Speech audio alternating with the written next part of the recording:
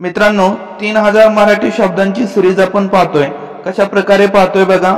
मराठी शब्द आपण पाहतोय, त्याला इंग्लिश मध्ये काय म्हणायचं हे आपण पाहतोय आणि त्या इंग्लिश शब्दाचं वाचन कशा प्रकारे करायचं हे सुद्धा आपण या ठिकाणी पाहतोय।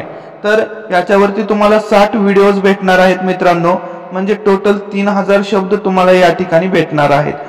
तर आतापर्यंत तुम्ही जर आमच्या चॅनलला सबस्क्राइब केलं नसेल तर सबस्क्राइब करून ठेवा।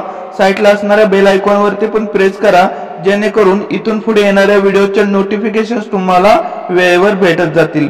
मित्रांनो बघा, याच्यानंतर लगेच आपण 3000 वर्ब्स याच पद्धतीने तुमच्यासाठी घेऊन येत आहोत। याच्या पूर्वीचे व्हिडिओ जर तुम्हाला पाहिजे असतील तर तुम्ही चॅनलच्या प्लेलिस्ट मध्ये जाऊन त्या ठिकाणी पाहू शकता। तसंच मित्रांनो, तुम्हाला जर 6 महिन्याचा स्पोकन इंग्लिश कोर्स पूर्ण करायचा असेल तरी सुद्धा तुम्ही चॅनलच्या प्लेलिस्ट मध्ये जाऊन त्या ठिकाणी पाहू शकता।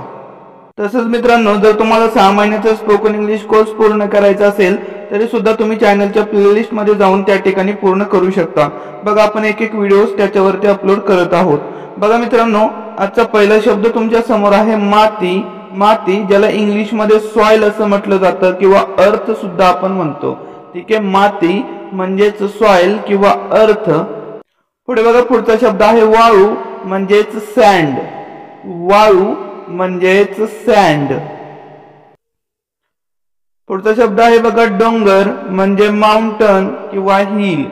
डोंगर म्हणजे माउंटन किंवा हिल। पुढे बघा, पुढचा शब्द आहे नदी म्हणजे रिव्हर। नदी म्हणजेच रिव्हर। पुढचा शब्द आहे समुद्र म्हणजे सी। समुद्र म्हणजे सी किंवा ओशन।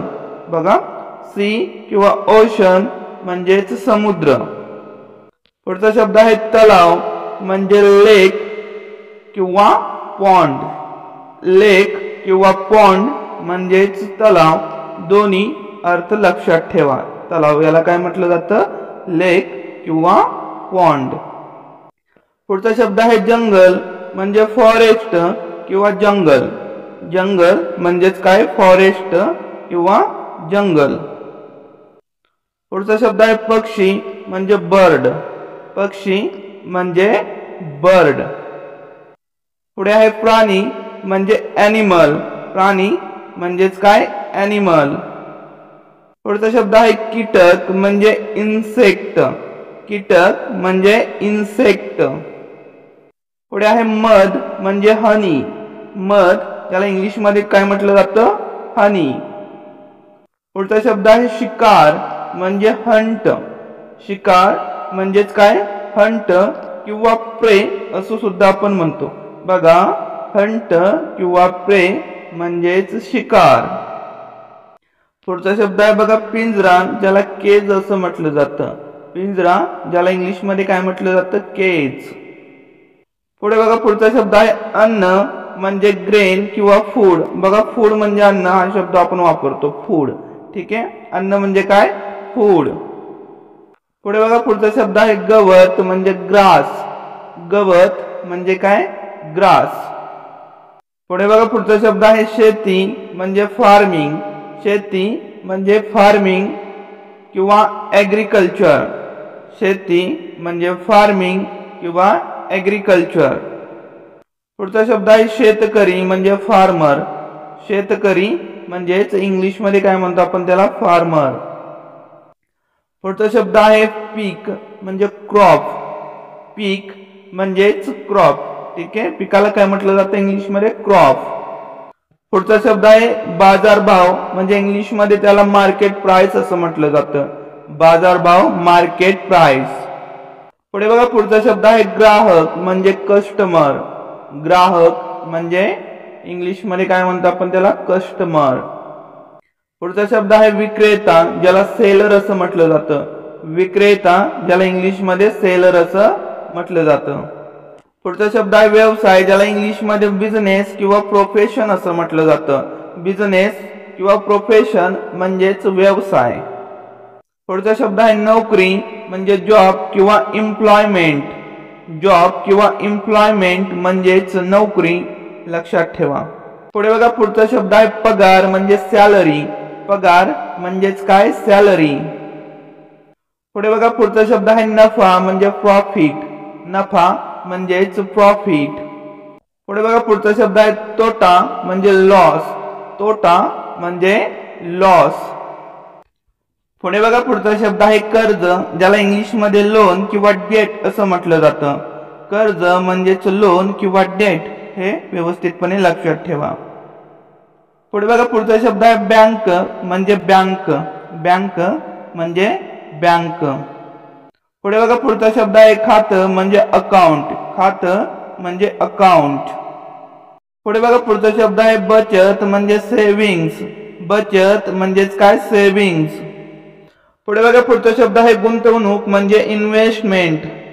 गुंतवणूक म्हणजेच इन्व्हेस्टमेंट. पुढे बघा पुढचा शब्द आहे धोका म्हणजे डेंजर किंवा रिस्क. पुढचा शब्द काय धोका म्हणजे डेंजर किंवा रिस्क म्हणजेच मराठीमध्ये ज्याला धोका असं म्हणतो आपण. पुढे बघा पुढचा शब्द आहे संधी म्हणजे ऑपॉर्च्युनिटी. संधी म्हणजे इंग्लिश मध्ये ज्याला आपण ऑपॉर्च्युनिटी असं म्हणतो. पुढचा शब्द आहे प्रयत्न म्हणजे एफर्ट. प्रयत्न म्हणजे एफर्ट. पुढे बघा पुढचा शब्द आहे यश म्हणजे सक्सेस. यश म्हणजे काय सक्सेस. पुढे बघा पुढचा शब्द आहे अपयश म्हणजे फेल्युअर. अपयश म्हणजे काय फेल्युअर. पुढचा शब्द आहे अनुभव म्हणजे एक्सपिरियन्स. अनुभव म्हणजे एक्सपिरियन्स. पुढचा शब्द आहे ज्ञान म्हणजे नॉलेज. ज्ञान म्हणजे नॉलेज. स्पेलिंग बघा के सायलेंट आहे, ठीक आहे. नॉलेज म्हणजेच ज्ञान. पुढे बघा पुढचा शब्द आहे बुद्धी म्हणजे इंटेलिजन्स.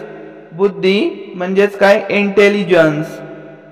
पुढे बघा पुढचा शब्द आहे कल्पना म्हणजे इमॅजिनेशन किंवा आयडिया असं पण आपण त्याला म्हणतो. बघा इमॅजिनेशन किंवा आयडिया म्हणजेच कल्पना. पुढे बघा पुढचा शब्द आहे शंका म्हणजे डाऊट. शंका म्हणजे डाऊट. पुढचा शब्द आहे विश्वास म्हणजे ट्रस्ट किंवा बिलीफ. विश्वास ज्याला इंग्लिश मध्ये काय म्हटलं जातं ट्रस्ट किंवा बिलीफ. पुढे बघा पुढचा शब्द आहे आशा म्हणजे होप. आशा म्हणजे काय होप. पुढे आहे भीती म्हणजे फिअर. भीती म्हणजे फिअर. पुढचा शब्द आहे आनंद म्हणजे जॉय किंवा डिलाइट. आनंद म्हणजे काय जॉय किंवा डिलाइट.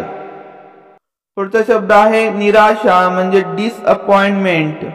निराशा म्हणजे डिसअपॉइंटमेंट. पुढे आहे गर्व म्हणजे प्राइड. गर्व म्हणजे काय प्राइड. पुढचा शब्द आहे लाज म्हणजे शेम. लाज म्हणजेच काय शेम. पुढे बघा पुढचा शब्द आहे सहानुभूती म्हणजे सिंपथी. सहानुभूती याला इंग्लिश मध्ये काय म्हटलं जातं सिंपथी. पुढचा शब्द आहे कर्तव्य म्हणजे ड्युटी किंवा रिस्पॉन्सिबिलिटी. कर्तव्य म्हणजेच काय ड्युटी किंवा रिस्पॉन्सिबिलिटी. तर अशा प्रकारे मित्रांनो आपण 200 शब्द पूर्ण केलेले आहेत. मित्रांनो दररोज एक व्हिडिओ तुम्हाला याच्यावरती भेटेल. आतापर्यंत तुम्ही आमच्या चॅनलला सबस्क्राईब केलं नसेल तर सबस्क्राईब करून ठेवा. साईडला असणाऱ्या बेल आयकॉन वरती पण प्रेस करा. आणि मित्रांनो जर व्हिडिओ आवडला असेल तर लाईक नक्की करा. Thanks for